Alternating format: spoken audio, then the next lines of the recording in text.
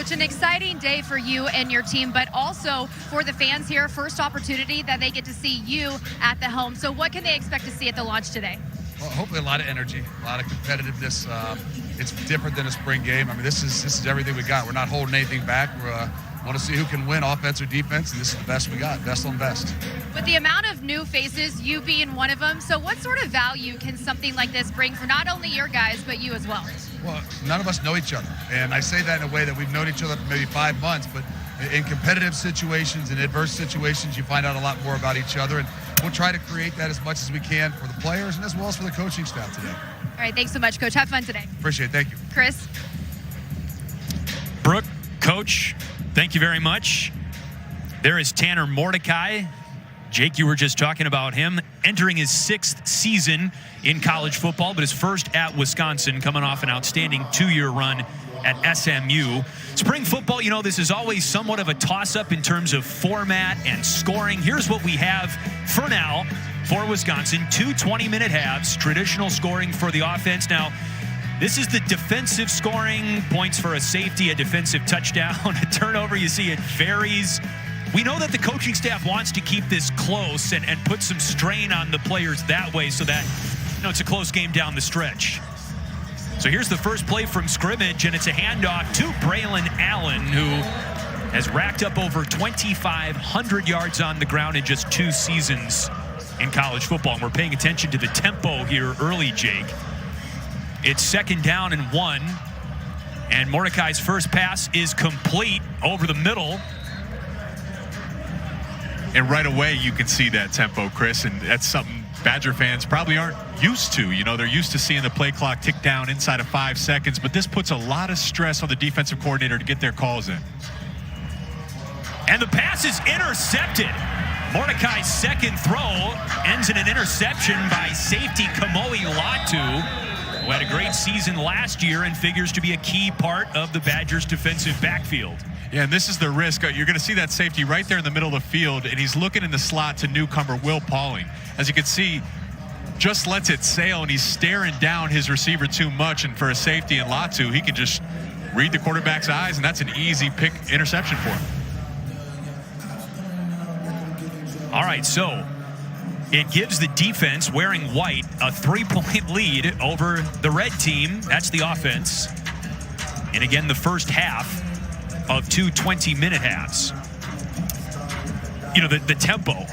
Badger fans, I think, are used to seeing almost all of the play clock evaporate per play. We're going to be seeing plays much quicker under this Luke Fickell and Phil Longo-led offense. Yeah, and you know, the way I look at that is I say an offense inherently has a pre-snap advantage. You know where you're going as receivers and offensive players. You know when you're going to snap the ball, but the further down the play clock you get, that allows that defense to get their calls in, to make adjustments, to try to take away some of that advantage.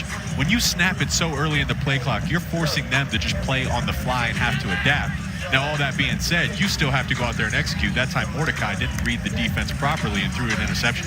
So this is the second unit on the field right now, and a designed quarterback run for Braden Locke, the Mississippi State transfer, who's emerged really as the clear-cut number 2 quarterback. Mississippi State learned under Mike Leach. Again, offensive coordinator Phil Longo also learned under Mike Leach that familiarity to the offense has allowed him to separate and be the unchallenged backup for the Wisconsin Badgers. Here's a 2nd down. Grover Bortolotti is the tailback, number 43, and the pass is complete to Quincy Burrows on the boundary, and that's a 1st down for the offense in red. And that right there, it's a simple out route, but that's part of the air raid system. Wisconsin was playing off and soft in their cornerback, so Phil Longo says, we're not going to try to force a run into a loaded box. Let's just take what the defense gives us and have an easy 4-yard completion. I beg your pardon, Jake. It's a 3rd down now. Here's the carry to Bortolotti, and that appears enough to move the sticks. Now a 1st down for the offense.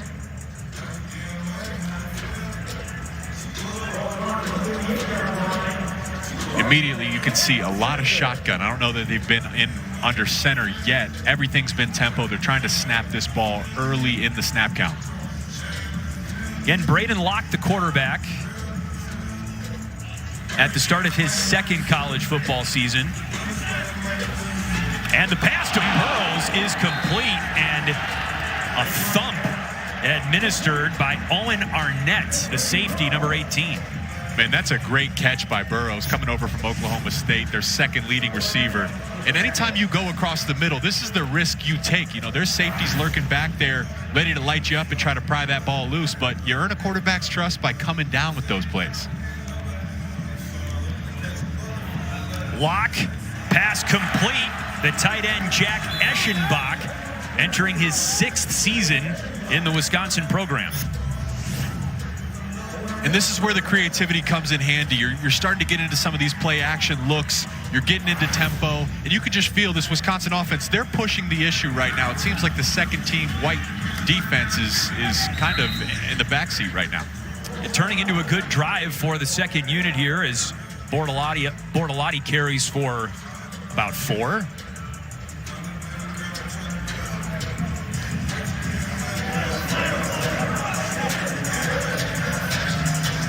More up-tempo from the Wisconsin offense here. And from the gun to the boundary, the pass is caught by Vinny Anthony, and he's dragged down by Arnett. Once again, the tempo coming into play. Wisconsin had 2 secondary elements out there. Both of them went with the slant route on the inside. That left Vinny Anthony wide open. And again, when you're snapping so quickly, the defense can't communicate as much and understand how they're going to switch off some of these route concepts. The punt, the throw over the middle through the hands of Anthony, and incomplete. And depth at the wide receiver position really important for running this up-tempo style of offense too. And that's exactly what we were talking about with Coach Longo. Depth at the receiver, depth across the offensive line. They're asking a lot of these guys to get up and play quickly. It's a big piece of this is conditioning.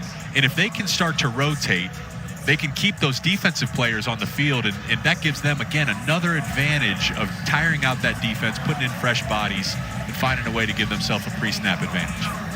Bortolotti nudges the yard marker ahead by a yard, and a 3rd down and long situation coming up for the number 2 unit, Wisconsin offense wearing red. Quarterback by Braden Locke. The first unit, quarterback by Tanner Mordecai, threw an interception on its first drive of the spring game.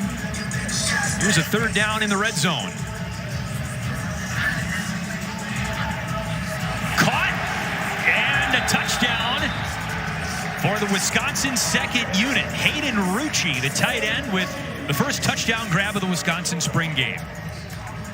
That's exactly what you want to see out of Braden Locke in this second unit. A valuable situation. 3rd down, you're in the low red zone. You want to avoid all the mistakes, but look at the patience in the pocket. You see Braden Locke scanning the field, going through his reads, and then delivering a strike on the money to his tight end, Hayden Rucci. See his patience in the pocket, not pressing, not trying to make a mistake, staying strong, and a nice, accurate strike in traffic. Nathaniel Vakos on for the point after attempt. Gavin Myers the hold. And the offense, wearing red, takes a 7-3 lead over the defense in white. First half of the spring game.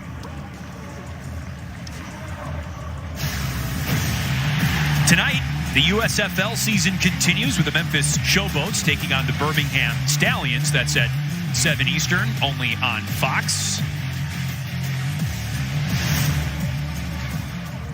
Plenty of eyes on this Wisconsin Badger program.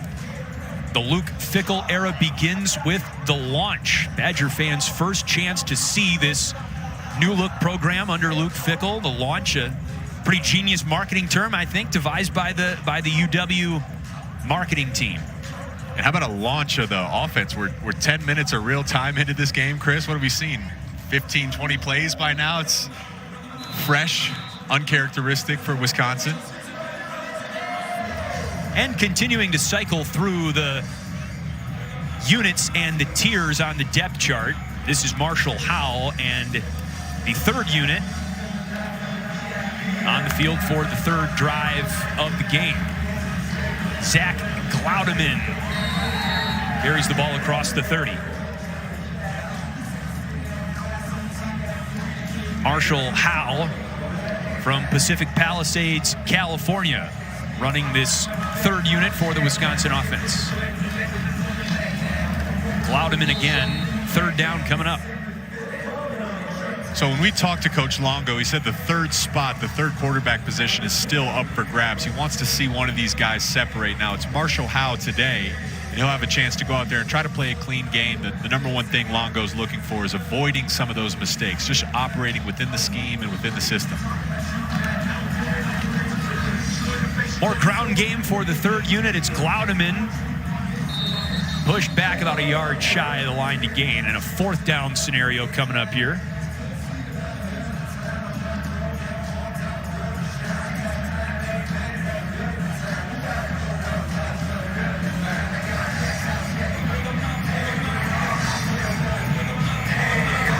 You'll notice that the clock is not moving, stopped at 15:50. Because this is the third unit, this does not count towards the clock or the score for that matter, hence the stoppage. Luke Fickell on the field behind the offense. 6 seasons as the head coach of Cincinnati, of course, a former Ohio State Buckeye as a college football player. Here's Howe over the middle, and the pass caught in traffic around the 40-yard line and brought in by Alex Moeller, the wide receiver. That was a really nice pass there. You mentioned in traffic, tight coverage. Receiver sits down in the zone. Howe made the correct read, and not a lot of room for error there, but he put it right on his numbers.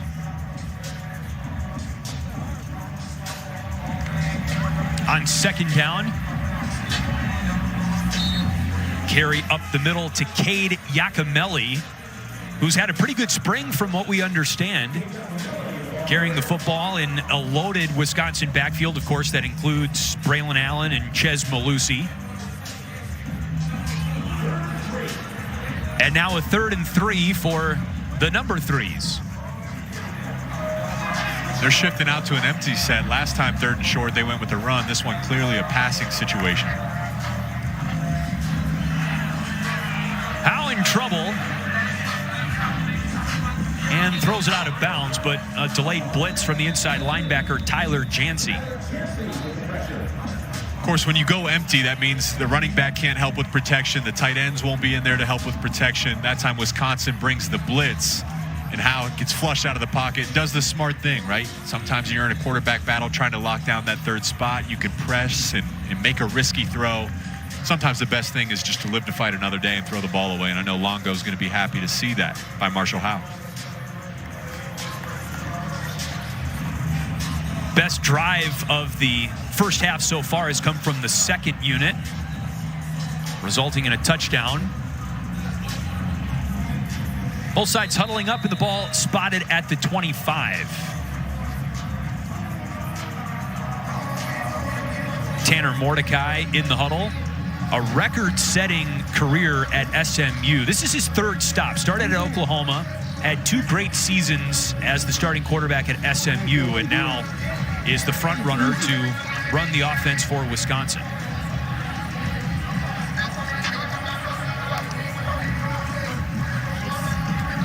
Mordecai's last pass was intercepted, and that is juggled and dropped. The intended receiver, Keontez Lewis, and a flag on the play as Lewis had his legs taken out from underneath him as he attempted to make the catch. Pass interference, defense, number 13, 15-yard penalty, automatic first down. Now, I was just going to say, coming off that last drive where he threw an interception, you know, maybe be a little bit safer here, try to look for your checkdowns. He kind of floated that one out to the right side of the field. And, of course, the defensive pass interference. But, you know, that's part of the reason they brought him in here. They want him to attack. They want him to trust his abilities and trust in his reads, and that's exactly what he's going to do. Pitch out into the flat.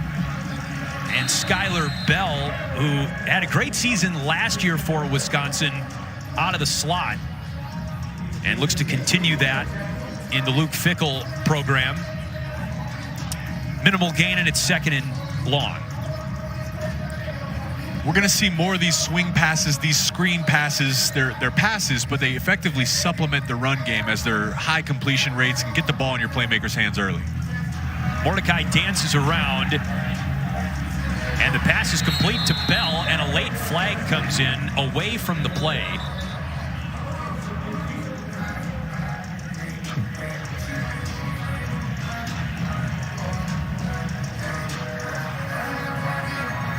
Called a delay of game on the offense.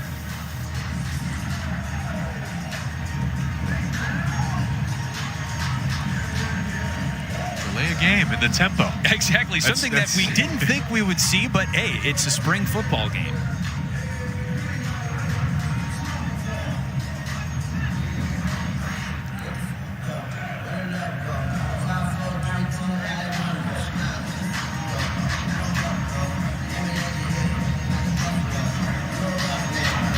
Well, Mordecai, he threw for 72 touchdowns in just 2 seasons at SMU. That's a program record. Threw 9 touchdowns in 1 game last season against Houston. On second after the penalty, the pass is intercepted by Ricardo Hallman. A bit of a long throw in the direction of Lewis. And 2 interceptions now for the Badgers' first unit on defense. Now, Ricardo Hallman, right place, right time, make the catch. But watch number 11 there in the slot, Skylar Bell, coming down the left side of your screen. You're going to see, you see how he sits down there in the zone? Mordecai is expecting him to run. You can kind of see him slow down. He was concerned possibly about getting a hit, but you have to be on the same page as your quarterback, because if not, the defensive back's going to be there.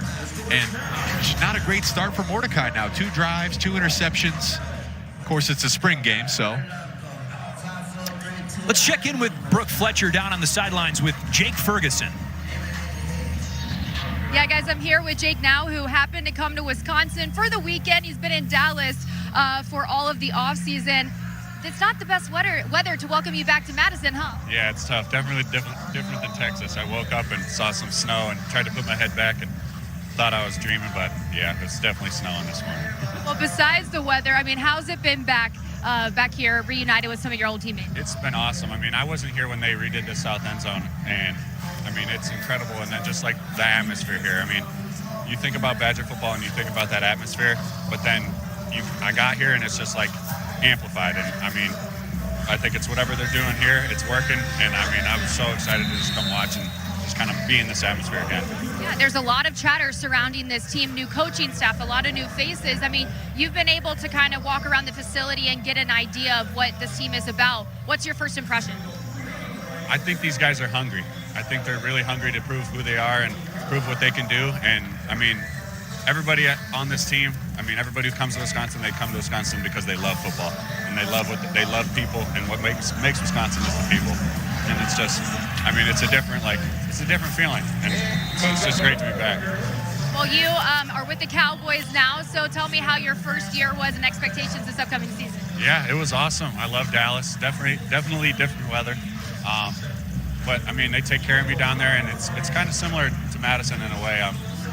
It's just like one of those places where there isn't really clash between anybody. Everybody's kind of just on the same page, one same goal, and I mean, that one goal is the Super Bowl. So, Jake, we appreciate you taking the time. Enjoy the rest of your time here. thank you. Chris? Thanks, Brooke. Thanks, Jake. Yeah, the weather in Dallas definitely is different as Kate Giacomelli carries for a first down for the number 2 unit on offense. The weather, by the way, here today, it's getting worse, Jake. It's snowing again. And I mean, what an atmosphere here in April. You talk about creating a high-stress environment for the players in the spring game. Giacomelli again on first down, and nothing like some adverse weather conditions. Yeah, it just comes with the territory out here in the Midwest, right? It's 80 degrees last week. We were talking to Coach Fickle. He's like, man, can we get that weather this week? But nope, not here in the Midwest. You got to stay on your toes. Good to see Jake Ferguson back, though. And you know, Dalton Schultz was the tight end down there in Dallas last year, ends up moving over to Houston. It looks like Jake Ferguson, he'll be the number 1 guy. We'll see how the draft ends up, but really great career here in Wisconsin and a nice start to his young NFL career down there in Dallas. Braden Locke, the quarterback, that pass through the hands of Hayden Rucci, the tight end. You know, that's another position of strength for Wisconsin's offense traditionally, the tight end position, Jake Ferguson, Troy Fumagalli. It'll be interesting to see how that position evolves under Luke Fickell. Brand new role under Phil Longo as well. You know, they were asked to get their hand in the dirt, get nasty, get physical in the run game. And as you've seen this new look Wisconsin offense, they're spread out in the slot a lot more often. Pass is caught by Anthony, a difficult grab, especially with Austin Brown draped all over him. That's a really nice catch by Vinny Anthony, guy that the coaches mentioned has really come on late, really strong late here in the second half of spring, and that had some zip on it. We talk about the inclement weather, right? That's the concern maybe with an air raid offense is can you run this offense in the inclement weather? Well, Vinny Anthony says it doesn't matter, man. You put it on my hands and I'm going to catch it. There's Burrows with another grab, close to the first down. Look at the zip coming out of there. And then the stickums by Vinny Anthony.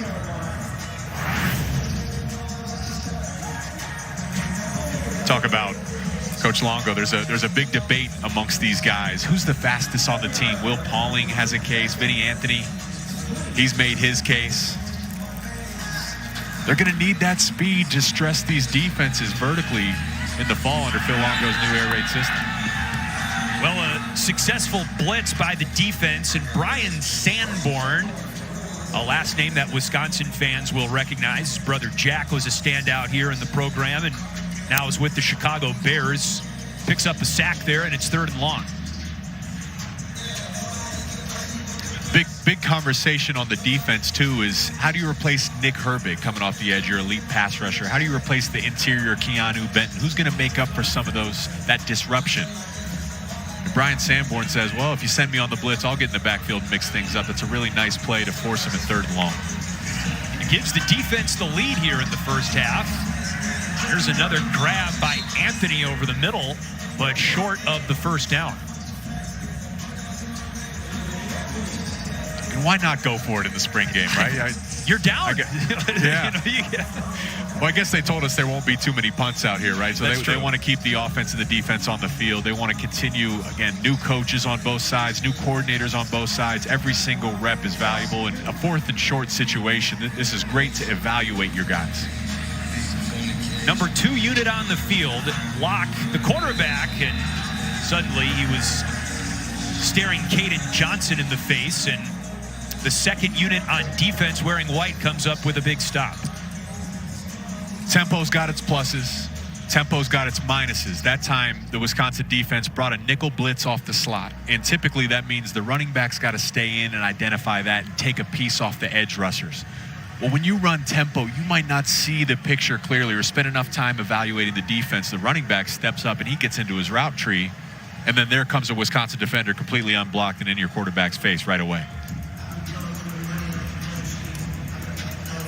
So even though the drive stalls, Braden Locke and the 2nd unit has had the most success moving the football today in the spring game.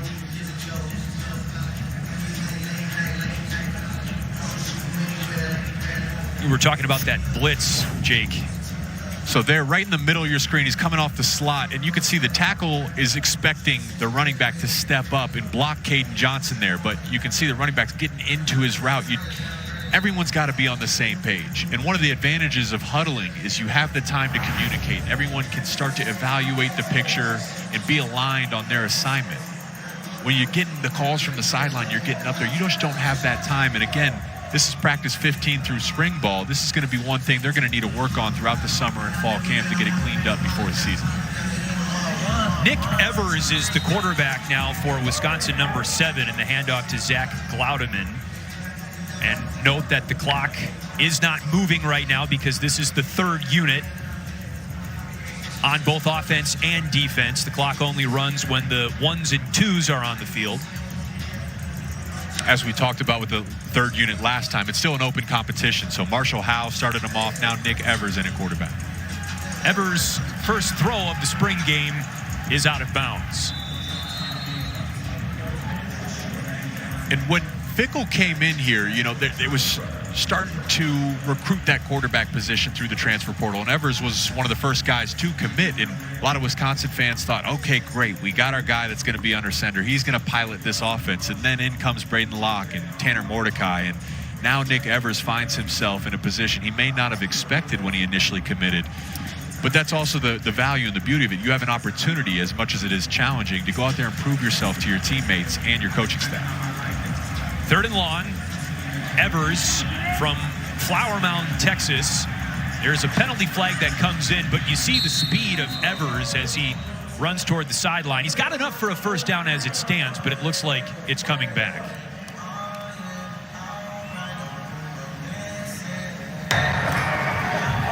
Holding.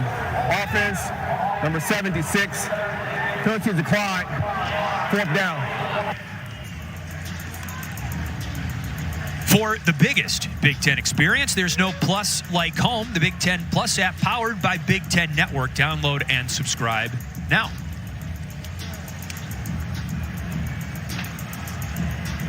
Snow showers continuing to fall here in Madison. It is April 22nd. 1 week ago, it was 75 and sunny, and now it's below freezing. Well, just knowing how football coaches are, right? Luke Fickell, an Ohio guy, he's used to the snow. Now he's in Wisconsin. He better get used to the snow, right? It's this, in a sense, this is valuable because this is what you're going to expect in late November as you're trying to make a push to Indianapolis and compete for a Big Ten title. Do you think, here's Evers on a quarterback run, and the play whistled down at about midfield. Do you think Fickell is wearing shorts, to send a message, or do you think he just didn't check the weather report today? Listen, again, he's a linebacker. He's born and raised in Ohio, finds himself up here in Wisconsin. It is to send a message to your team. We're going to embrace the elements. Yeah, guys. Let's go down to right Brooke Fletcher. Before the game, Yeah, guys, right before the launch started, I was talking to Coach about his shorts. I said, hey, you're just really embracing the Wisconsin lifestyle, aren't you? And he was like, listen, it could be 100 degrees. It could be 30 degrees like it is today. He's like, the shorts always stay around. So that's just him, guys. You got to have respect for it. Yeah, you sure do. We're bundled up here, though, Chris. I didn't bring my shorts on this trip. I did not. I almost didn't bring my winter jacket because I thought there's no way the temperature is going to drop that much. But in the Midwest, it's a total coin flip these April days weather-wise.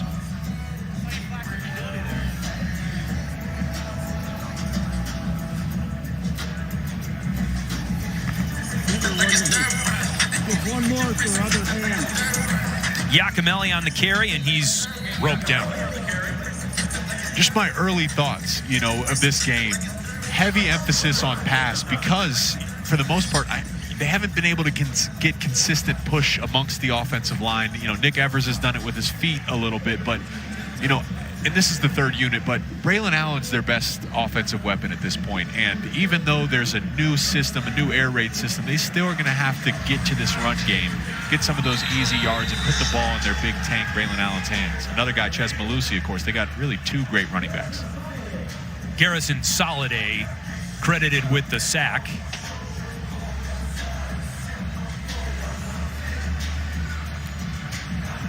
No scoring with the third unit on the field at the moment, and that is why the clock is stopped as well. 2 halves of 20 minutes.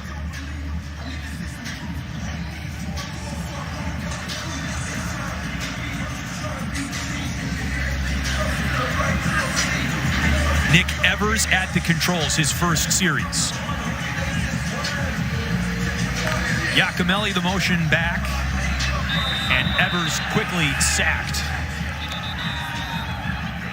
Credit Jordan Mayer, the outside linebacker, for that. A couple guys in the backfield right there. I don't know what happened with the offensive line, if they were confused, if they thought it was a screen, if they didn't get the snap count fully, but I don't know that a single offensive lineman did their job there. A lot of white jerseys on Evers very, very quickly.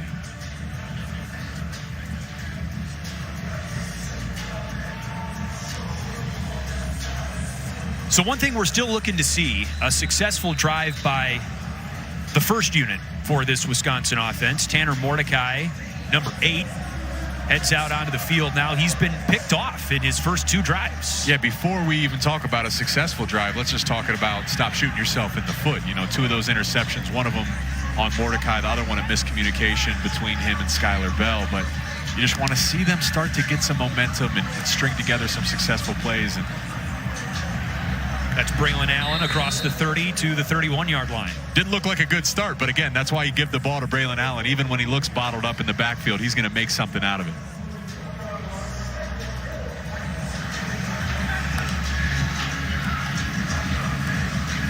Allen again probes the line of scrimmage and was quickly discovered by the defensive lineman Rodis Johnson, who's having a great spring. But Braylon Allen has had a great career for Wisconsin. 2,510 rush yards in just 2 seasons and 23 total touchdowns. Yeah, and then the yards per attempt too, 6 yards per carry. Every time he touches the ball in the backfield, you're saying you can get 6 yards. Mordecai's pass is incomplete in the direction of Chimere Dike and broken up. It's Ricardo Hallman. Again, he had the interception last drive. His name consistently has come up this spring as a guy that's really stood out. And Coach Fickell had a great quote about Ricardo Hallman. He said, "We're not looking for the occasionally great. We're looking for the consistently good." And I think that perfectly exemplifies the kind of spring that Ricardo Hallman's been having.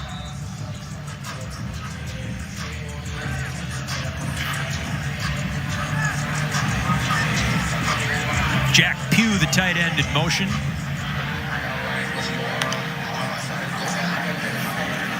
Mordecai airs it out, looking for DK, and one-on-one coverage, and it's Hallman again.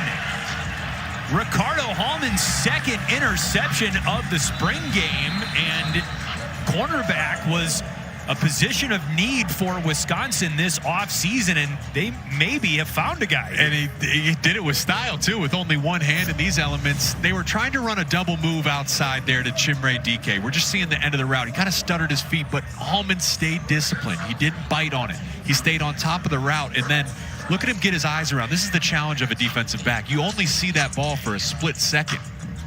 Hard to catch it with 2 hands. Ricardo Hallman only sees it for a split second and comes down with 1. With offensive pass interference, candidly. All right, let's go down to Brooke Fletcher on the sideline. Yeah, guys, Coach Trissel said that the second half of spring, Hallman has really come a long way, really embracing the new system and Coach Fickell's standards of just consistency, effort, and attitude. Consistency is what Coach Fickell is especially noticing. He said, we strive to not just be occasionally great, like you said earlier, Jake, that we want to be consistently good. And Hallman has just really embraced that so far this spring. Well, Brooke, I'll tell you what, right now, he's being consistently great. Standout so far of the day. Yeah. 2 interceptions, a nice pass breakup on 3rd down the play before. Braden Locke, the quarterback, and that pass behind Hayden Rucci, the tight end. So much of the talk this spring was how good the offense looked. And, there's people making a case that potentially the offense might be a strength when traditionally under Jim Leonard in the previous defensive system, the defense was a strength. But here today in the final spring practice, the launch, I'd give the credit to the defense, Chris. They've really come on strong, and to me, they're winning the day so far. This is Braden Locke, who's engineered the only touchdown drive for Wisconsin's offense today. We've seen multiple quarterbacks on some designed runs so far. And again, they still want to run the ball, but how they do it will look different this fall. Last fall and the previous decade or so, it was multiple tight end sets. It's a fullback. It's under center. But now, as you just look at the structure of this offense, it's spread out. There's no one attached to the line of scrimmage. And you're going to have to get creative because sometimes the defense is going to have too many guys in the box. You have to leave one of them unblocked and get into a read option scenario. That play blown dead. Gio Paez, the nose tackle, number 94, could be poised for a big season anchoring the defensive front for Wisconsin. Another guy, it's Keanu Benton's gone, probably maybe sneaks into the first round, maybe round 2, maybe round 3. They're going to have to fill that hole physically, of course, and the talent-wise.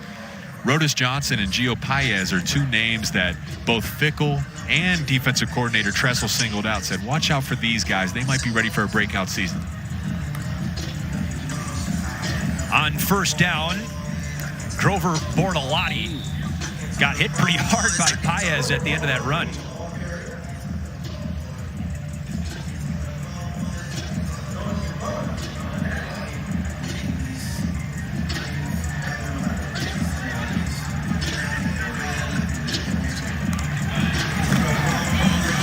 Lock to the flat and the pass behind Vinny Anthony, who's got a couple of grabs today, and they did rule that a backwards pass. Anthony recovered the loose ball, but the ball now placed at the 9-yard line. Let's see if this was backwards. It doesn't look backwards. Doesn't look backwards, but regardless, that came off really poorly for Braden Locke. You know, they're emphasizing the tempo. We can clearly see this, but to me, it's a sloppy start for all three units on the offensive side of the ball. Outside of the one drive, haven't really been able to get anything going consistently. You know, for Coach Longo, maybe there's a time when you do slow it down a little bit and let these guys catch their breath and settle into the game. Locke sacked there. Play blown dead before the throw. Is it a situation of with installing this tempo, you got to walk before you can run? We will continue to break down the tempo for this Wisconsin offense when we come back from Madison as coverage continues of the Wisconsin football spring game.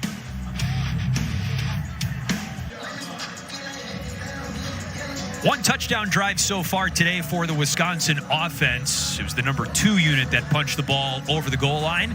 The defense wearing white has racked up 15 points through an assortment of interceptions and sacks and stoppages. Tanner Mordecai on the field. He's been the number 1 quarterback in spring camp, and here's the handoff to Braylon Allen, his longest run of the spring game. Cut down across the 50-yard line by Hunter Wohler. Man, is he great. Look at him press down the right side of the line, but quickly identifies the hole is to the backside, and you can see his talent. Even at 240 pounds, he's able to make that jump cut. And then he looks like a freight train running down the field. Good job by the secondary tackle. That's a big man to try to bring down. Allen ran through the lot-to arm tackle and picks up another first down for Wisconsin. This is the number 1 unit on the field, their best drive of the day. And their best drive is really on the shoulders of Braylon Allen and Ches Malusi, too. He had a couple carries there. And I think when your quarterbacks are struggling, they're making mistakes, just make it simple. Get it back in get the ball in the hands of your best playmakers, which are in the running back room. Mordecai, he did hand it off to Braylon Allen. Continued the play fake after he handed the football off. Allen's 3rd straight rush. And Allen, he put on some weight this offseason. Already a really big running back his previous years, but he said he put on about 10 pounds without losing speed. He looks the part down there, man. He looks absolutely jacked. And the thing is with this spread offense, if he can break through to that second level, he gets all that extra weight, all that extra momentum and inertia to help break some of those tackles downfield. Mordecai, a dart over the middle and a hard collision with one of the officials. Jack Pugh was the tight end running the route. The umpire, who's always right in the middle of the action, got hit incidentally. I think by the football and the route runner, Pugh. Oh, my. Need an ice tub after this game, Chris. Did you ever run into an official? I didn't. No, I didn't. Now, Jack Pugh's a big guy, too, 6'5", 252, and he was running it. Good to see the officials okay. Former Michigan tight end Jake Butt, Chris Foster's Brooke Fletcher on the sidelines. As the sun is out, we've seen winter weather, now spring weather here today, getting a little bit of everything in Madison in late April. Mordecai to the flat, that's Skylar Bell, who tap dances down the sideline and moves the chains. Much better drive for Mordecai. Earlier in his previous 2 drives, he was pressing the ball down the field. You know, maybe wants to make a statement to the new fans and the new fans watching at home, but He's had a couple completions. All of them have been within the first 5 yards of the line of scrimmage, just taking what the defense gives to him. Ches Malusian at tailback now, number 1, to the left of Mordecai. To the end zone, incomplete. Looking for Pugh, the tight end. Second down. And for better or for worse, even with the 2 interceptions, he's going to continue slinging that ball downfield and testing the back end of the defense. Oh, it's really nice coverage, and Jack Pugh just couldn't come down with it.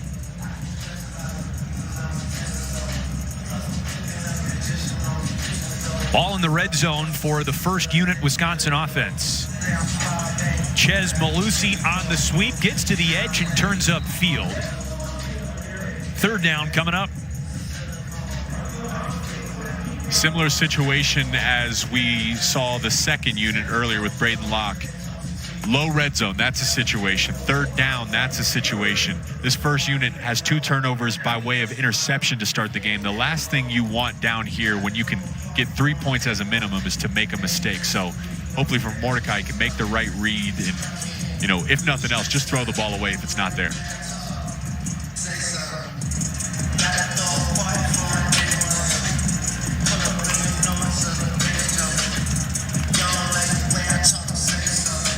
Clean pocket, DK on the crossing route, and a quick tackle made by Ricardo Hallman, who has 2 interceptions today and clearly just a nose for the football. And a great job, too. I mean, if you don't make that tackle, that's a first down, that's a touchdown. The good cornerbacks, they're good in coverage. The great cornerbacks, they're good in coverage and they'll come up and hit you. And that time a big tackle on third down to now force fourth down. It's the spring game, but still a big play for the first unit here, looking to punch the ball in for the first time today. Malusi on the carry to the 5 and finished off by Wohler, but a first and goal coming up for the Wisconsin offense. So much of this drive is on these Wisconsin running backs, and now you find yourself inside the 5-yard line. Traditionally, this means Wisconsin Badger football. Put it in the hands of your running backs. And again, Braylon Allen, 6'2", 240. Yeah. Just give the ball to him up the middle a couple times. Well, he's in the backfield now. He gets the rock, and he's into the end zone. The formation might look different. The result is very similar for Wisconsin fans. Braylon Allen with the touchdown. And it gets hot, right? They were able to extend the drive. They were able to get the drive, 10, 11 plays here, and a lot of carries to Braylon Allen, and that time with the momentum is able to finish it off with the touchdown.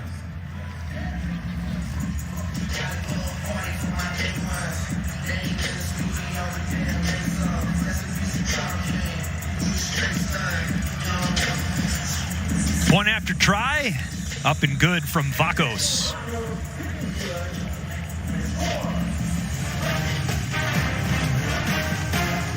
Spring football on the Big Ten Network is presented by the USFL.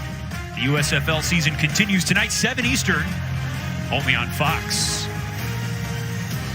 Very fitting that as the sun has come out here in Madison, the #1 offense finds its stride, punches the ball in with a Braylon Allen touchdown run. There is the man of the hour, Luke Fickell, first-year head coach for the Wisconsin Badgers. Now it looks like shorts were maybe a good idea for his wardrobe today. Got a little bit of everything today. A little rain, a little snow, a little clouds, now a little sunshine. You're keeping the gloves on up here outside the press box. We've got Brooke Fletcher down on the sidelines, and we'll check in with her now. Yeah, guys, I'm here with Brady Collins, the Director of Strength and Conditioning here. Brady, you're getting your steps in today. You're out there with Coach. You had to run away real quick to go tell the guys good job here. How much fun are you having out here with the team? Oh, it's awesome. I mean, you see these guys work so hard throughout the whole offseason, all this new challenges that, were bestowed upon them. And you get a day like this with a little bit of snow, and then the beautiful sun's out now. I mean, but they're just out here having fun, playing the game they love. And for us, it's the best. You came over here from Cincinnati with Coach Fickell, and Coach Fickell said, listen, he wanted to embrace the footprints that were here at Wisconsin, but put his own spin on it. How have you kind of kept that mentality when it comes to their strength and conditioning? Yeah, I think it's just about, understanding the culture that's here. You got tough, hard-nosed kids, they're high-character kids, and they're very intelligent. And, all we wanted to do was enhance the culture, take it to another level. The intensity, the urgency that, we train them, all they did was want more. So I think that, the job that they've done, you're seeing it now on the field, it just all kind of lines up. Well, part of these new workouts,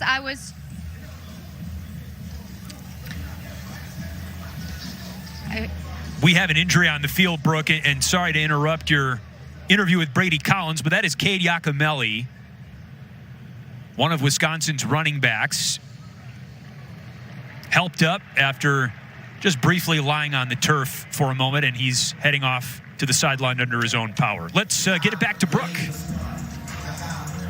Brady, you were talking about the new conditioning and the new routines here, and I heard someone told me that there's a basketball goal in the training room here. Is this part of that new workout to build up the endurance? Explain to me. I always wanted a basketball hoop in my weight room, and you could do competitions.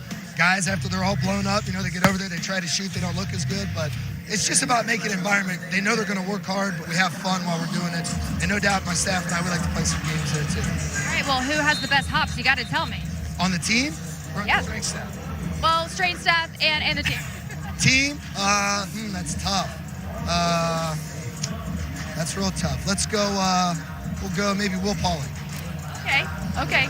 And Coach Fickle told me, as you guys made your way over here to Madison, you actually lived together for a little bit. How was that? That was awesome. He couldn't take it too much longer, though. He called it the frat house. We like to stay up a little bit later and watch some random things and enjoy a few beverages, but it was fun. It was a good time. Bring you back to the old college. That's right, exactly. I think that's why he moved out. All right, Brady, thank you so much. Chris, back to you.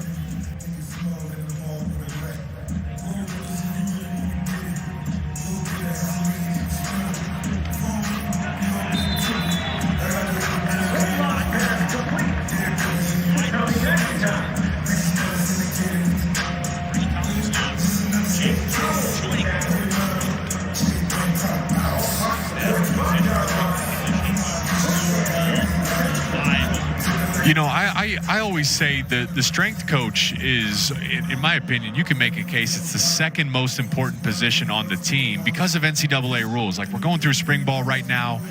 The coaches get to be there, but what about winter conditioning? What about summer conditioning? That's when you lay the foundation of your culture, and that falls on the strength coach, not just for weight room numbers, not just for conditioning, but to say, hey guys, this is the culture of what we want to be as a team once the fall comes around. And Brady Collins immediately making his mark on this team.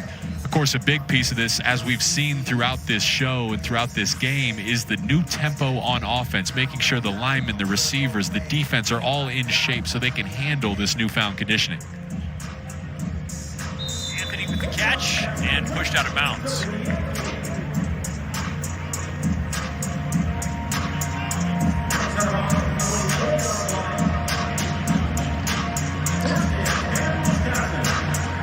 Okay, right now we're just having an issue with our play-by-play guy. Chris Foster's mic is down. Winding down the first half here, about under a minute left, and looking like this is a 2-minute situation for the Red offense. And looking at Tommy McIntosh, the receiver downfield, and Miles Burkett, he had him actually. He had a step on him, so he tried to lay it out there. Left it a little short. It looks like they're going to get defensive pass interference, but had he put it on the money, that's a touchdown.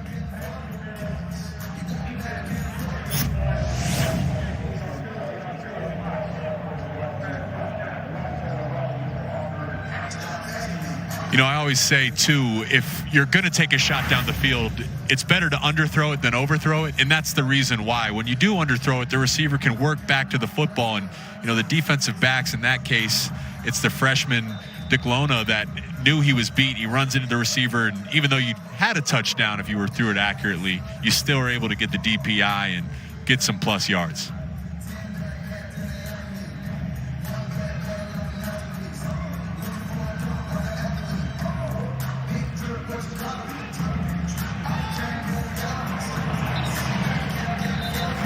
a nice break up there by Jonas Ducklona. After this half ends, even though you're seeing the clock tick down, it's kind of a 2-minute situation, but after this half ends, they're going to run a drill that most teams do. It's going to be a situational drill. They're going to let the ones and the twos operate in a 2-minute going into half situation.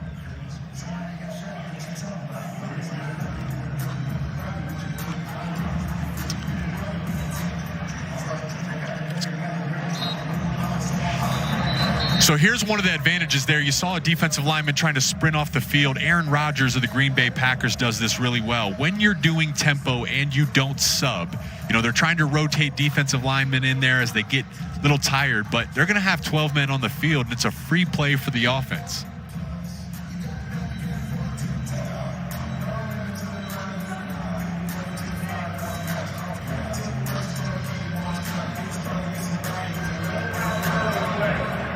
Substitution, defense, 12 players on the field, penalties decline. Offsides, defense, number 90, 5-yard penalty, repeat second down. So there was the illegal substitution. Again, you're getting in these tempo situations. The bigger bodies on the inside, these 300-pound defensive linemen, they can't stay on the field for 8 or 9 plays in a row. They got to try to sub. Well, a good quarterback should say, hey, guys, we got to go. Snap the ball with 12 men on the field, and then you get a free play.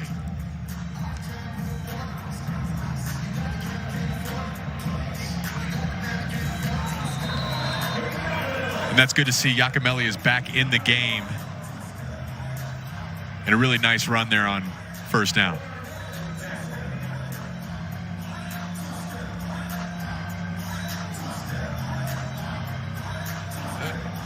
So we'll see what Coach Fickle does. This is a nice drive by the Red offense. It looks like Coach Fickle is going to let them finish it out. After this drive concludes, we're going to see 2 units go through the 2-minute drill.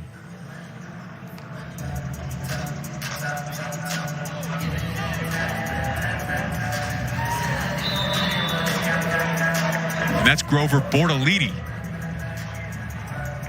So early in this game, Wisconsin's offense is trying to, Phil Longo comes in. It's the air raid system. Felt they were a little pass happy. And now as the first half is wound down and we're getting ready to put a bow on it, they're getting back to that physical brand of running game, getting the ball in the running back's hands. You've seen some pullers coming around, and just not just for the running backs, it just helps settle the entire offense in.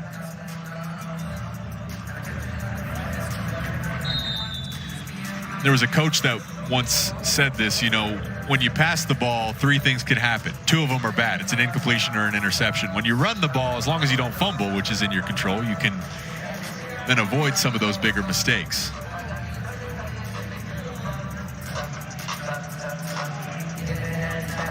A couple trips down to the low red zone here for the Wisconsin offense. A couple touchdowns. Let's see if Braden Locke can finish this one out.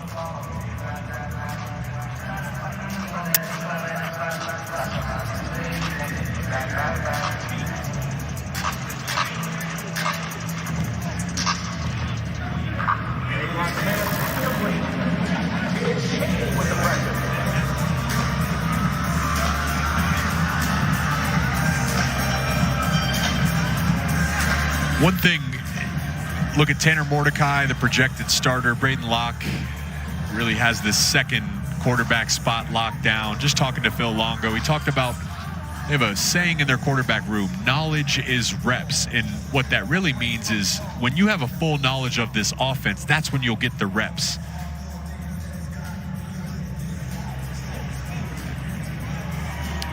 And for Braden Locke there, first play, knowledge is throwing the ball away when it's applicable. Knowledge is also swinging it out to the flat, putting the ball in your playmaker's hands. Just having a full knowledge of the offense and the grasp of Phil Longo's system allows us to succeed. As we welcome back Chris Foster's our play-by-play guy. Chris, you all good? I'm good. I don't want to kill your vibe. You were doing great. I was having fun listening to you. And with Braden Locke at the controls, here's a 3rd and goal for the number 2 unit. Glaudeman is the running back. He's got the ball now and is stood up and thrown down almost immediately.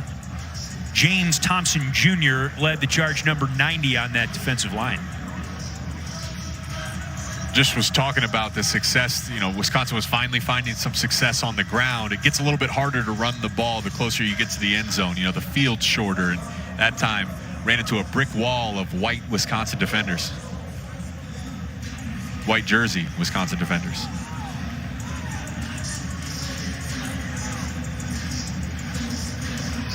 Playing out this final drive of the first half. It's 4th down. Locke in trouble off his back foot, and the pass was dropped by Burrows. Give a lot of credit to Jonas Duclona, the cornerback, Jake, for sticking with that play and breaking it up. Yeah, well, earlier in the drive, he had the defensive pass interference. He got beat, and that time it looked like it was going to be a really nice catch, but Duclona doesn't give up on it. And we call putting your hand in the triangle. When the receiver goes up for a pass, you have that triangle. You frame the football. Good defensive back gets his hand there and breaks the ball up. For a freshman in Duclona, that's a great job. What the spring game can really benefit a guy like that. Chance, a taste of game action at nearly full speed, good for his confidence. And cornerback position is a position to watch. We've seen Ricardo Hallman make plays. Jason Maitre coming over from Boston College there in the nickel slot. He's got that locked down. Alex Smith on the other side of the field at the cornerback position. They know who their starters are, but they have some youth. Duclona is a freshman. Jones, number 8, is also a redshirt freshman. So behind those 3 starters, it's an open competition to see which one of these younger guys is going to step up. Glaudeman on the carry up the middle, and Miles Burkett is the quarterback, number 16 in black.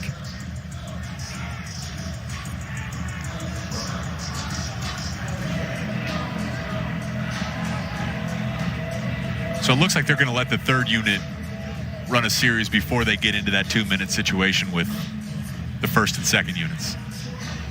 Nothing on the ground for Glaudeman.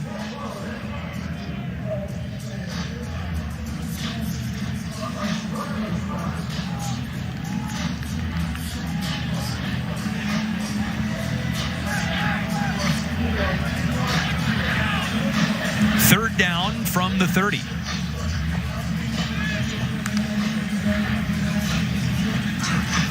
Burkett over the middle, and the pass nearly caught. Would have been an impressive grab by Hakan Anderson.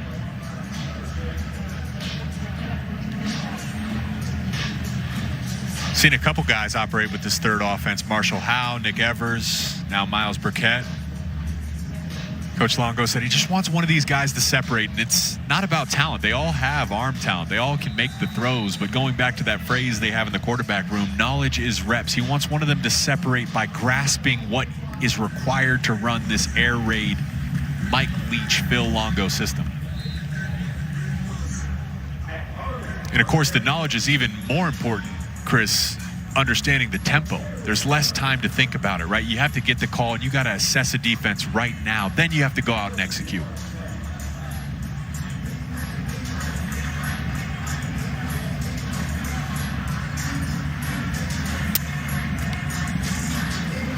Burkett on the head fake, ran through the defensive end.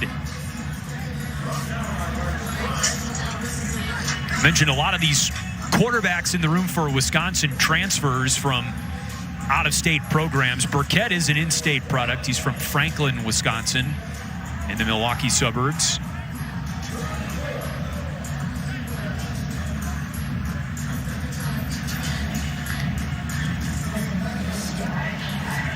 Iacomelli, the running back reception out of the backfield. Iacomelli, a big run after the catch. It's just a basic basic route concept. It's double slants outside by the receivers. It's a running back into the flat. That's stuff we've run since Pee Wee football. But again, when you're running this tempo system, the picture can start to present itself very early. And then it's on the quarterback to identify that and throw an accurate ball. Get the ball in the hands of your playmakers so you can get some of these easy explosive plays. Right back to Iacomelli. Iacomelli, great job fighting through initial contact, but the play eventually finished off by Marty Stry.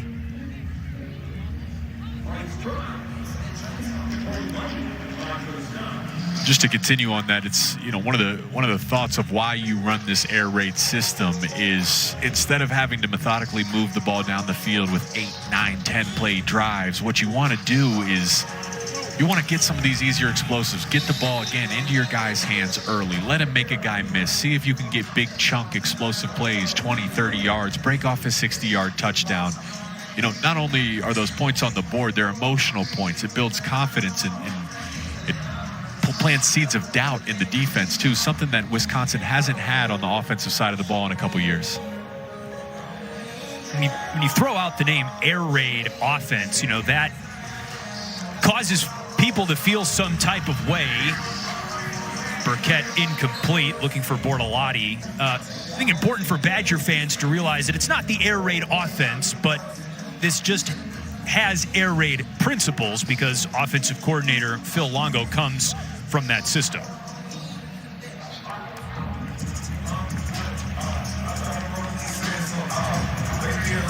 July 15th, the BTN Big 10K returns to Soldier Field in Chicago for the fantastic 10K and 5K races and tailgate party.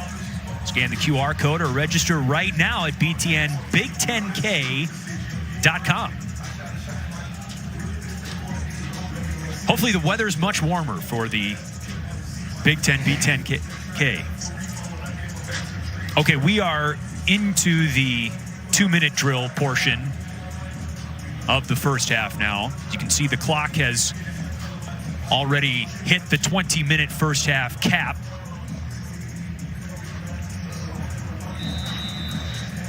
There's Phil Longo in the huddle right now.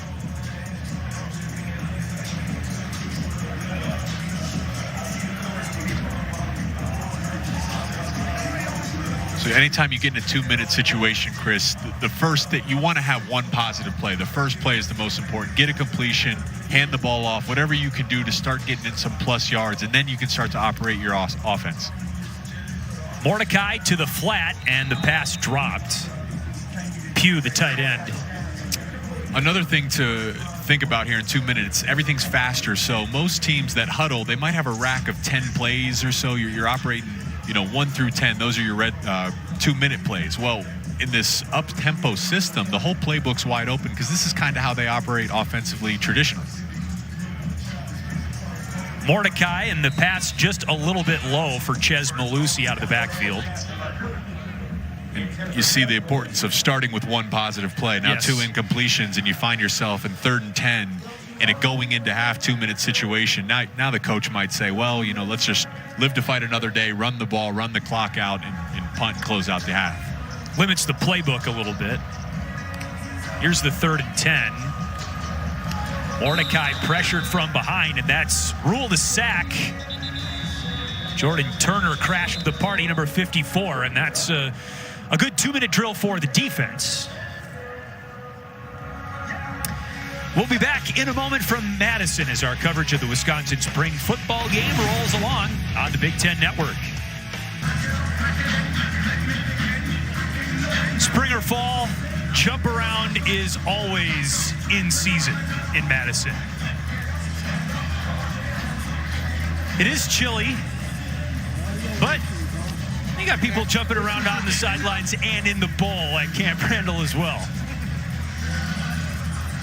What did you think of this tradition as someone coming in here wearing opposing team colors? Yeah, well, unfortunately, I never got to play here in this stadium. I played Wisconsin at home in 2016, but it's one of the great traditions in college football, and certainly very valuable on a day like this where it's chilly. Get the crowd jumping around a little bit, get some blood flow, get some juice. With Jake Butt, 2-time Big Ten tight end of the year at Michigan. Braylon Allen has had some big rushes today in the spring game for Wisconsin.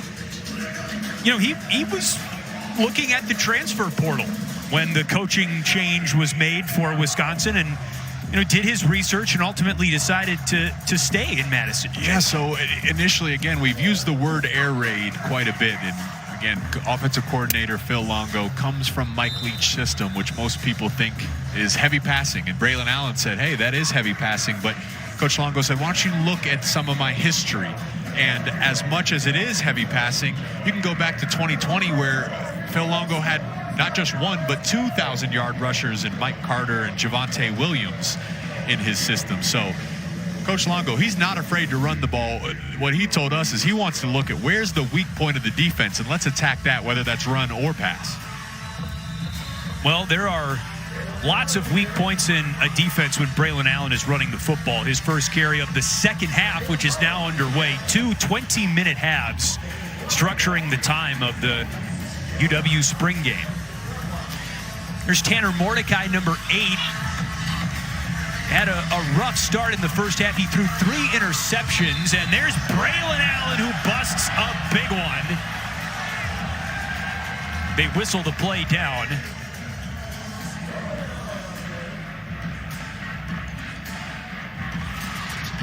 Why'd they whistle that down? Well, remember, the number 1s are not going to tackle in the second half. Okay. So that is why it looked like that was a clean, broken tackle, right? I guess he's just tagging off. Enough to stretch the legs. He was ready to go. Yeah, he was bursting down the sideline. He had me fooled for a second there. It's 3rd and 7. This number 1 unit for Wisconsin scored 1 touchdown in the first half. And there's C.J. Williams, and it's Ricardo Holman who picks off another pass through the hands of Williams, number 4, the wide receiver. And Holman has got his 3rd interception of the spring game. And once again, I mean, it's just gift wrap for him. He's actually in great coverage. Back shoulder ball goes right through C.J. Williams' hands, and right place, right time once again for Ricardo Holman. It just falls straight into his hands. You know, C.J. Williams got to come down with that. Highest rated receiver to be here in Wisconsin. Former top 10 receiver in the country, a former 4-star, and they brought him in to make plays like that. But of course, if you're Ricardo Holman, if you don't want to make the play, I'll take the interception and take it down the sideline. Holman was a redshirt freshman last year. He made 8 starts in 9 games, so he got a good amount of experience last year, but looks like he could really be a difference maker in Luke Fickell's defense and Mike Tressel's defense, the defensive coordinator, come fall. He's a great story. I mean, he mentioned all the experience. You know, the pivotal point for him was the Michigan State game last year. He gave up a number of touchdowns. It wasn't his best game overall, but you know what they say for defensive backs, you got to have a short memory. You got to be able to put the pass behind you. And he came into this offseason completely refocused, came into the spring refocused, and has built that momentum. You know, you can look back and say, who are some of the names that have continually popped up throughout the spring? Well, Ricardo Holman is one of those guys. Every single practice at the end, you say, this is going to be one of the anchors of the back end of this Wisconsin defense. You know, Wisconsin's defense last season in particular, known for its ability to stop the run. Luke Fickell's defenses in Cincinnati heralded for their ability to stop the pass. So you talk about meshing the elites here as Locke's check down is caught by Rucci, the tight end, and he's tripped up after a minimal gain, brings up 3rd down. A big piece of that, too, is the different offenses they played. Here in the Big Ten West, you have to stop the run. Playing Iowa, playing Minnesota, you know, playing some of these teams.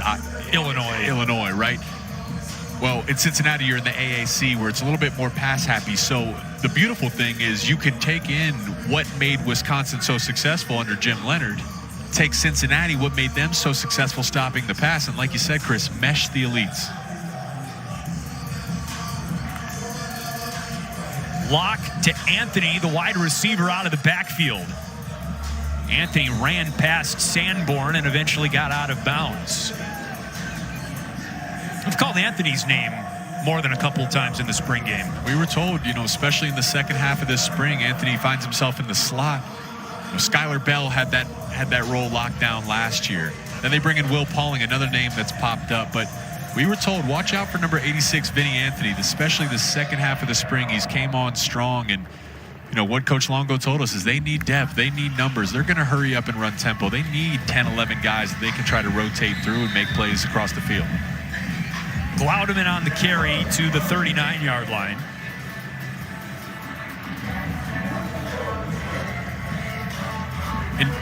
Coach Longo mentioned this too. You look at the returning production at the receiver position. Keontez Lewis, Skylar Bell's back. Chimere Dike's back. He said, hey, you're going to see these guys in a new light, right? Those are your top 3 leading receivers from last year, but now they're going to get the chance to showcase their skills in a completely new system. So, don't throw it all out what you've seen, but you're going to see these guys get a number of more opportunities on the edge of the defense, a number of more opportunities to make plays with the balls in their hand. Quincy Burrows thought that was a catch, number 5. It was ruled incomplete from Braden Locke. Quincy Burrows, C.J. Williams, Will Pauling. We just mentioned the 3 guys that returned. Those are the 3 new guys in town that all transferred in and have also made a name for themselves. Really excited. Quincy Burrows coming over from Cincinnati. Quick hitter to Tommy McIntosh. And he picks up a first down to midfield, 11-yard gain.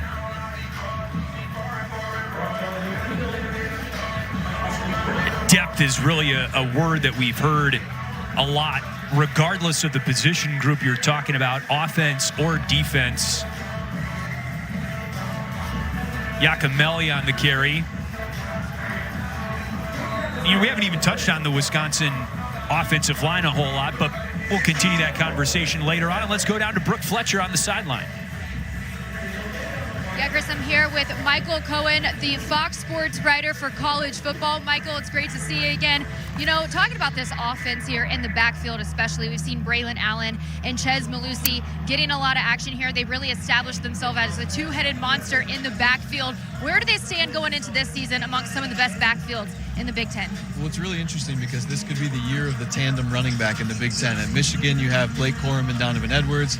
At Ohio State, you have Travion Henderson and Mayan Williams. At Penn State, you have Nick Singleton and Katron Allen. And here you have Chez Mellusi and Braylon Allen. And their big goal for this season is they'd love to be the first 2 Wisconsin running backs to each top 1,000 yards since 2013 when it was Melvin Gordon and James White.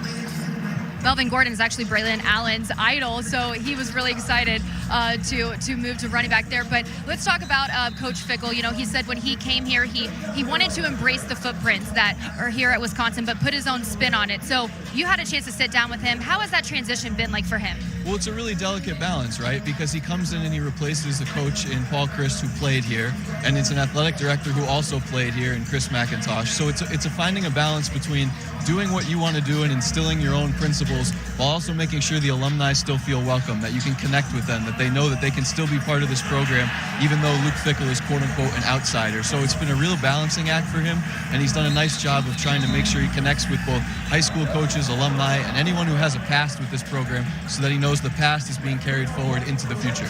We've seen Tanner Mordecai and Braden Locke under center here today. When you take a look at these two, how do they set up the quarterback situation for the future of this program? I think when a new head coach comes in, the 2 most important positions in a program are head coach number 1 and probably quarterback number 2, because the quarterback is going to be the face of that roster. And with Tanner Mordecai, you have a player who's going to be a 6th-year senior, has tons of experience, threw for over 7,000 yards the last 2 years at SMU.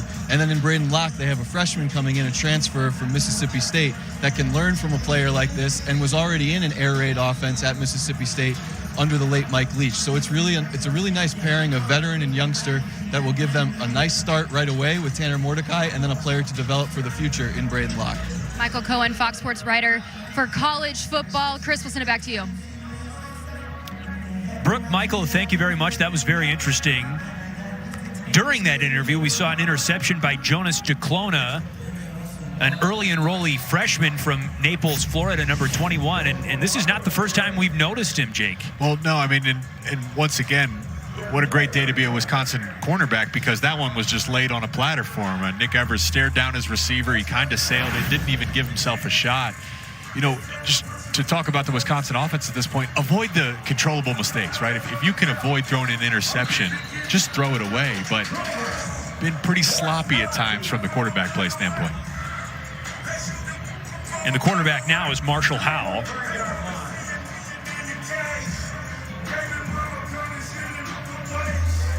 Grover Bortolotti had the last run across midfield.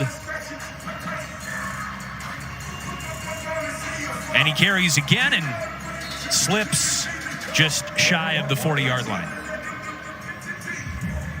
Running games look good.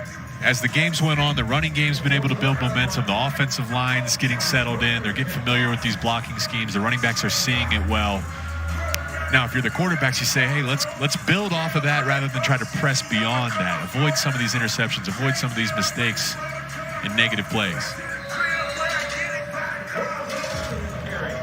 About a 1-yard gain for Bortolotti there.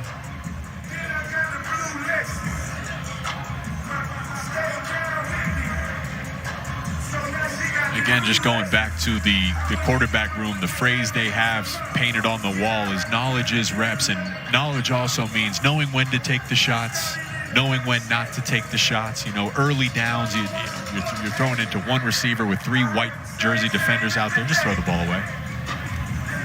Bortolotti out of the backfield that time. Thrown down by Tyler Jancy.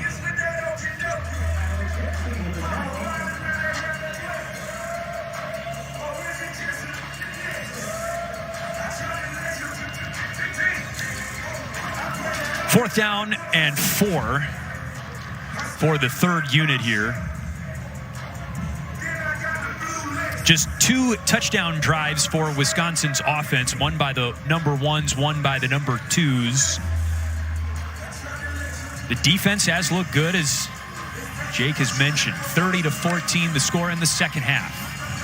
Howell slings it, and the pass hauled in by Angel Toombs out of the tight end room for Wisconsin.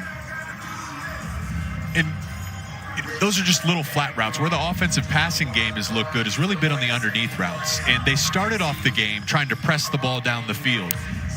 You know, the trick really is the great quarterbacks, what they do is they take those underneath routes early. And they force the defense to see those. And then eventually they're going to come up and try to play those underneath routes, those short intermediate routes. That opens up the back end. So, you know, just from a philosophical standpoint, take what the defense gives you early, feel them come up to play that, and then take your shots down the field. Glaudeman carries. Jordan Mayer finishes him off.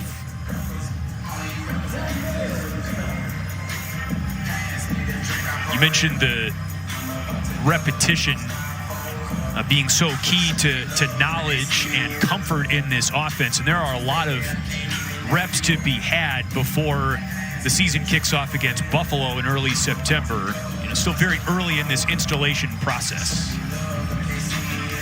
Here's Howell looking for Toombs, who's wide open. Toombs, another early enrollee freshman, played high school football at Rufus King last fall in Milwaukee. And it's a couple nice catches on this drive. This is what you want out of a big body running down the seam. You know you're going to take a shot. Quarterback puts it right on you. You got to come down with that. Again, building trust at this point. It's a new system. It's new coaches. It's new quarterbacks. He's coming off to the sideline, catching his breath right there, but that's one way to build trust and earn some more reps and targets. How the quarterback feeds Glaudeman. A patient run brought down inside the 10-yard line by Gabe Kershke. The running game today, heavy zone scheme. There's been some pullers. Traditionally, it was a lot of power, extra tight ends, fullbacks. Now they're in the gun. Read option. Again, you're in the spread. You're trying to leave one guy unblocked on the backside, lead him for the quarterback to read.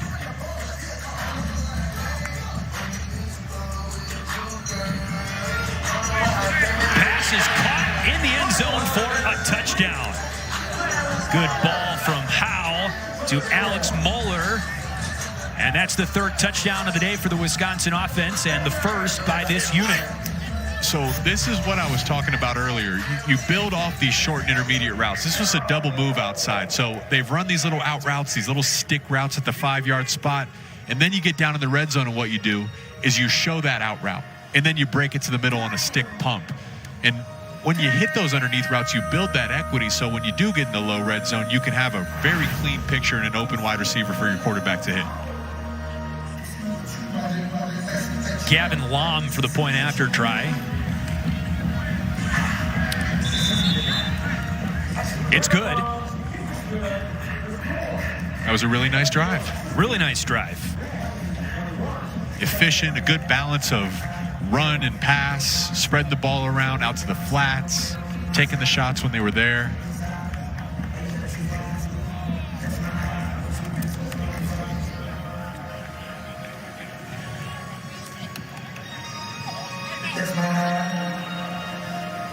So that was a touchdown by the number 3 unit, and in the first half, that would not have counted towards the score, but the coaching staff said that they want this to be close late, and so they are going to, they just took it off. They put it on the scoreboard, and it looked like it was 30-21, and they took those points away. That's tough. It's a spring game, so you just expect the unexpected. It's all on the table. They might put it back. For all we know, they might put it back on in a couple minutes. Well, if there's a touchdown here, this should count because this is the number 1 unit. Tanner Mordecai, the quarterback, finds Chez Malusi, and that pass incomplete in the turf. A lot of pressure up the middle. Wisconsin's running a multiple linebacker blitz, something they did at Cincinnati a lot. Just when you have Chez Malusi out into the flats, your running back, that's your extra protector. So Mordecai knows he's hot, gets rid of it, at least avoids the sack, but would like to get that into Malusi's hands so he can go see if he can make some magic happen.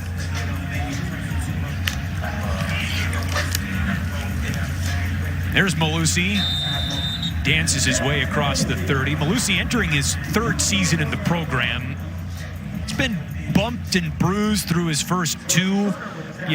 Has been a great compliment and would only continue to be if he stays healthy.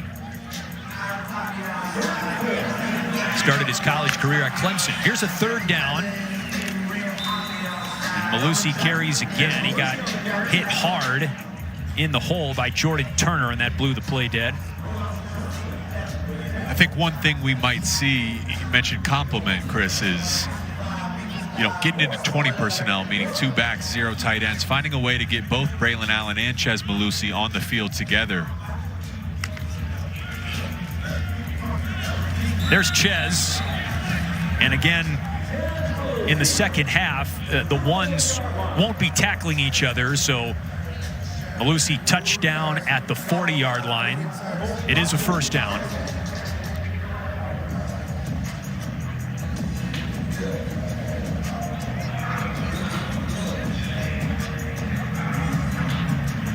Running behind a big offensive line. They return 4 starters. They're pretty deep. I know they feel they come this fall, they're going to have to rotate 7 or 8 guys again with that tempo. So the fact that they believe they're so deep and there's so much competition is only going to benefit them. There's Braylon Allen out of the backfield. Good catch on the shoulder by Braylon Allen, showing his ability as a pass catcher. Very subtle, but Braylon Allen, after this season, just off projecting what he's been able to do carrying the ball, running it on the ground, he looks to be one of the best running backs in the country. But what this new system's going to do is allow him to showcase some of that pass catching and route running ability, which is a heavy desire of NFL scouts at the next level. Touched down by Jake Chaney there, number 36. Allen is a true home run threat, isn't he, Jake? 4 runs of 70-plus yards in his career. And for comparison, Jonathan Taylor, standout running back for Wisconsin, had 5 such runs in his career. Allen entering his 3rd season. Here's a 3rd and 4. Pass caught over on the boundary, Riley Nowakowski. And Braylon Allen certainly stacks up in yards per carry among Wisconsin's program leaders, and that's quite a list. What a list. I mean, we've talked about him. Melvin Gordon, James White, played with Melvin Gordon in Denver. I mean, not just great college running backs, those big NFL names as well. Jonathan Taylor, obviously the NFL leader in yards not too long ago. And Braylon Allen, he's following that same trajectory of certainly going on to play in the NFL here soon, but if he continues to improve the way he has throughout his career, could be one of those premier running backs at the next level as well. Yeah, guys, you're going through the long list of just notable running backs that have come through this program, Melvin Gordon being one of them, and Braylon Allen, that was actually his idol. He said he remembers watching the Badgers growing up, especially that one game versus Nebraska, where Melvin Gordon had an incredible game. He rushed for 408 yards, an FBS record at the time, and he said Gordon was somebody that just really influenced him, and that's really when he fell in love with football. He was just 10 years old, so the fact that he is able to be a running back here at Wisconsin, his favorite team growing up, it's pretty incredible, following in his idol's footsteps. That is pretty cool, Brooke, and I remember that game as well. It was a night game, and it turned into a snow globe here at Camp Randall, Jake, kind of like it was earlier today for this spring game with the snow flurries flying. Here's Tanner Mordecai, heaves it toward the end zone in the direction of Chimere Dike, but the whistle sounded before Mordecai released the ball. It's a good job again by this Wisconsin secondary, because Mordecai's just having to hang on to the ball a little bit longer than he'd like to, right? You'd like to see your quarterback get that ball out in rhythm, but there's just nowhere to go with it. They're trying to run the deep crosser concept down the field. Mordecai's hanging in the pocket as long as he can, keeping his eyes down there, but again, nowhere to go with the ball, and that's a credit to the back end of this Wisconsin defense. Second and long. A dart to C.J. Williams, who makes the catch at the 20. Just shy, make it the 22.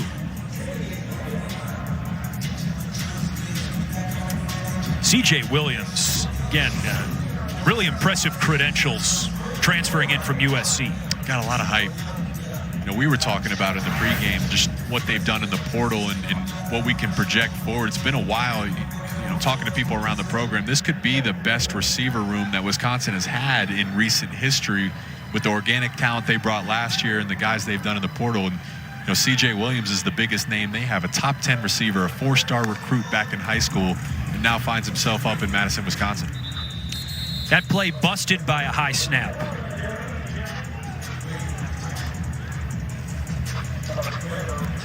Brooke, you got a little bit more on C.J. Williams?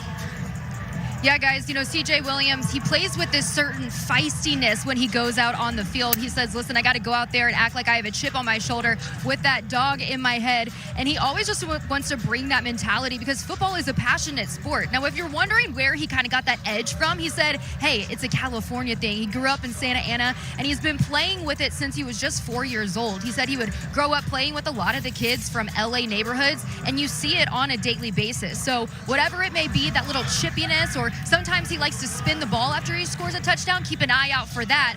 He said that's just a common thing for him, and that's where he gets that edge from. Also went to high school, Mater Dei High School. If you're familiar with that name, it's a nationally recognized, a great powerhouse high school. And they play great high school football out there in California, a big state. When you're a top recruit to come out of such a big state, such a big high school, it just speaks on your potential, right? USC and what they've been trying to do with Lincoln Riley and the passing attack, right? They were heavily desiring this guy, and now here he finds himself in this new system with Phil Longo up here in Wisconsin.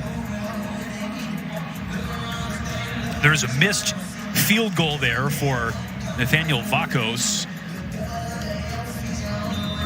Wisconsin's offense in the red, Wisconsin's defense in the white, quarterbacks in black. And Tanner Mordecai out of the huddle, number 1 unit still on the field. That's for both offense and defense. From the 25, Ches Malusi is the tailback. He was quickly hit and dropped, if you will, by Jordan Turner.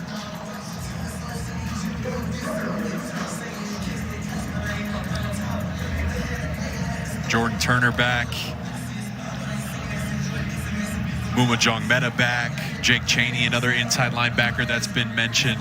Look at the stronger groups of this defense. Certainly Ricardo Hallman and some of the secondary has showcased their talent, but they return a lot there right down the pipe between the middle linebackers.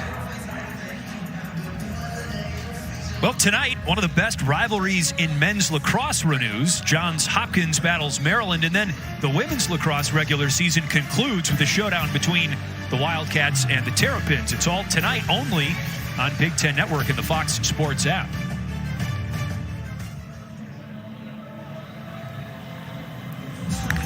More from Mordecai.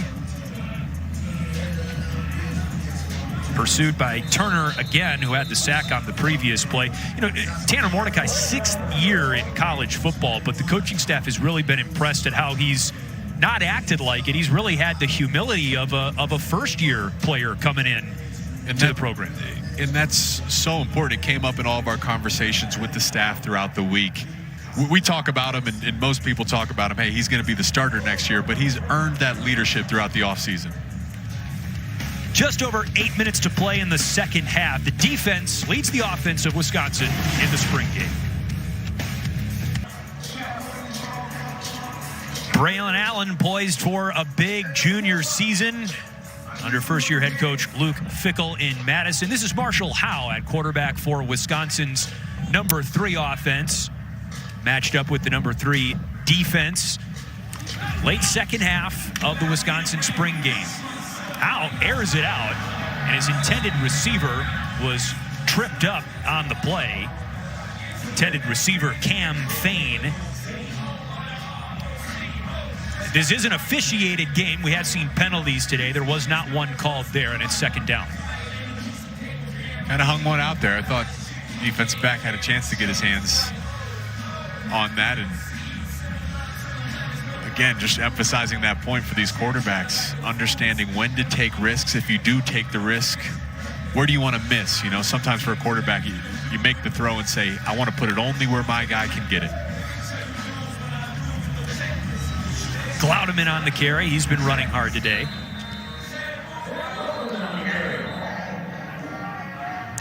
I'll get all the news and highlights from around the conference on the Big Show tonight at 10 Eastern on the Big Ten Network. Wisconsin, Nebraska, Minnesota, all with spring football games today. You're heading out east next weekend, aren't you, Jake, for the Maryland spring game? That's right. Tua Tagovailoa back, most experienced quarterback in the entire conference. Of course, spring ball, just get a chance to evaluate some of these teams and all the new pieces and the transfer portal and the new recruits. Yeah, Tua Tagovailoa, he is fun to watch. That high-octane Maryland offense. Minimal gain on the ground for Grover Bortolotti, and he's slow to get up.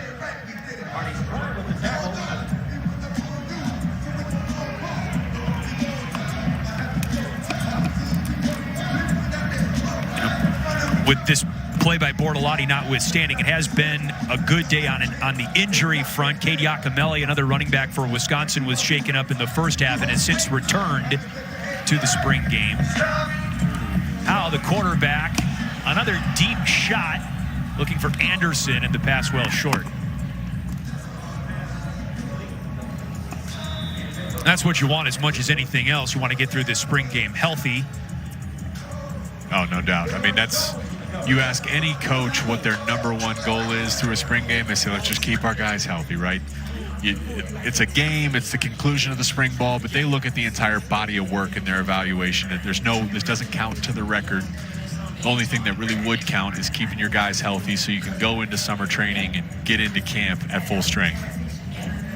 You do see seasons end, sadly, in the spring season.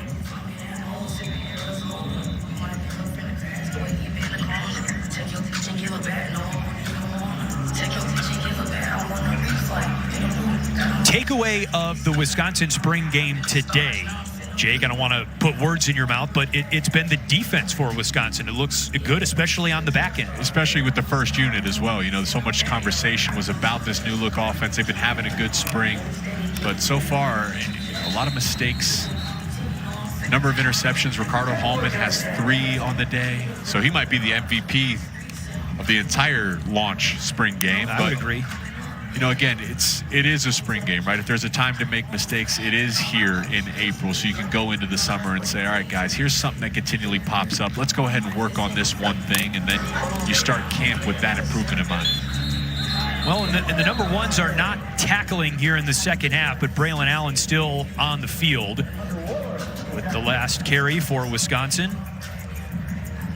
I think one interesting thing to touch on here, again, is talking about this new offense. You know, when the past couple of years with Braylon Allen, you have a couple tight ends, you have a couple fullbacks. So the defense has to match personnel. That means he's running into an 8 or 9 man box. And I think he tweeted this year when he found out that this was going to be his new system, I'm so excited to not run into a 9 man box. There's just a lot more space for him to move around. And again, if there's 8 or 9 guys in the box, now there's 6 or 7. If you can break through that initial push, you're gone. Just creates so many better matchups too, you were telling me. I mean, you've got in an 8 or a 9 man box, you've still got the same number of guys blocking. When you spread it out, then suddenly you've got 6 blocking 7 as opposed to 6 blocking 9. Right. Here's a 3rd down for Tanner Mordecai into traffic, and the pass was caught by Skylar Bell after a deflection. It went through the hands of the aforementioned Braylon Allen, and Skylar Bell was in the right place at the right time. It's caught, but let's look at that again. He's not seeing, that was a linebacker, Jong Meta, coming over. Didn't really see that again. We've talked about making the smart play now throughout the spring game, avoiding the mistakes. A risky throw that ended up bouncing in his favor that time. First down from midfield. Ches Malusi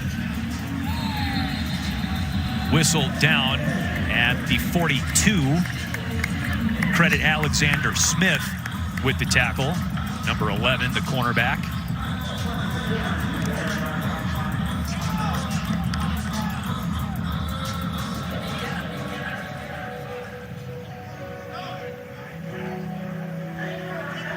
Smith matches up with C.J. Williams, the USC transfer now. Mordecai on 2nd down with an empty backfield.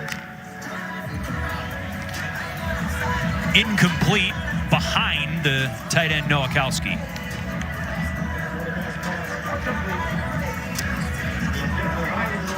No, there's been that element too. Just passes a little bit behind, a little bit, sailed.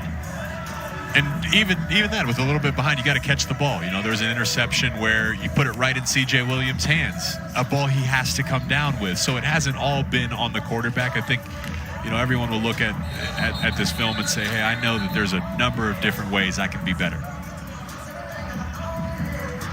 Procedural penalty at the snap. It was big Gio Paez knocked the Wisconsin center back. That is a penalty on Paez, who's from Los Angeles.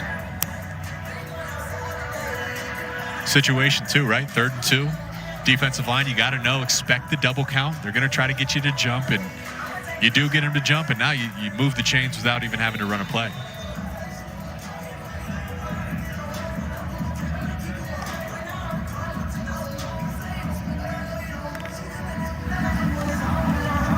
Mordecai in trouble, and he throws it out of bounds. Pugh, the tight end, was the intended target. One thing I've noticed too, looking at Luke Fickell and Coach Tressel, this new defense, they've brought pressure a number of different ways throughout the broadcast. It's been nickel blitzes, it's been linebacker ads, they brought a corner blitz, we call it a cat blitz. And at times it feels as though the offensive line and the running backs aren't on the same page in how to best pick up that blitz, and it's affected the way the quarterbacks are able to push the ball down the field.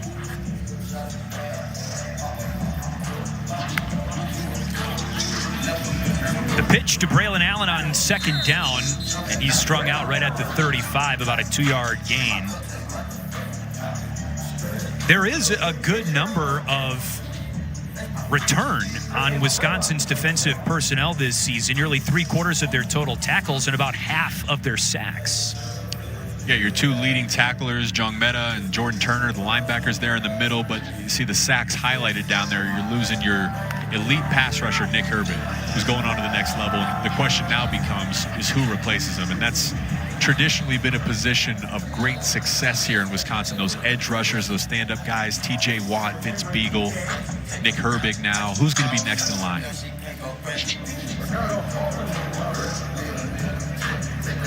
An offside penalty called there. Working our way down towards the end of the second half of the spring game. There is expected to be a 2-minute drill for the ones and the twos after the timed portion of this second half elapses. Here's a third down for Mordecai. Braylon Allen gallops up the middle, and again, no tackling here in the second half, but he's sniffing the end zone even though it's the spring, Jake. That's what the great running back should do when you're tagged off. Say, hey man, unless you bring me to the ground, I'm not tackled, right? You practice running through the end zone. That's what all the great running backs I've played with have emphasized. But I just like that the fact notice the alignment here with Malusi, how he's slightly behind the quarterback. When they get these handoffs, what that allows them to do is they're downhill right now. And with a guy like Braylon Allen, again, 6'2", 240, he's a freight train. When he gets that downward momentum, it's going to be really hard to stop him immediately in his tracks. That's a sack. Muma Jongmeta, number 55.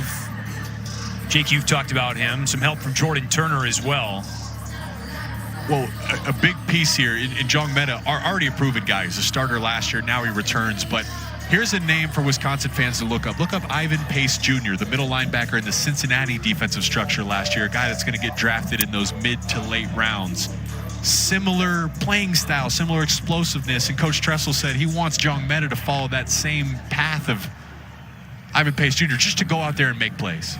Mordecai over the middle. Malusi, the emergency valve on that play, ruled down just inside the 30-yard line. It's 3rd and long. And brought down again by Jongmeta. He's got the sack there on 2nd down. Comes up and makes a stop there, and now you force 3rd down. Doing a little bit of everything. Jongmeta had a great season last year. 3rd team All Big Ten. Led the team in tackles, as a matter of fact. And the challenge that Coach Tressel said is now to elevate, right? Don't just do your job. Go out there and make the plays that the very few guys make. He thinks he's capable of that. He thinks he can be one of the stars and the heartbeat there in the middle of this defense. Mordecai to Malusi, stood up by who? Jongmeta. Right at the 25. It's 3 straight, huh? 3 straight. Sack. Tackle. Now he's in coverage, comes up and makes the tackle. That's a great point. Showing his versatility in the middle from the Chicago suburbs. We'll follow this drive to its conclusion, and that could be just one play away with the field goal unit on.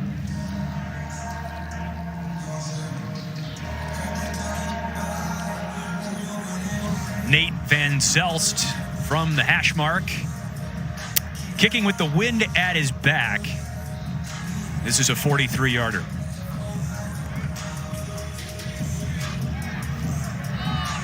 Just a little bit wide. We're going to call it a day from Madison for the 2023 Wisconsin Spring Football Game. The launch has been completed.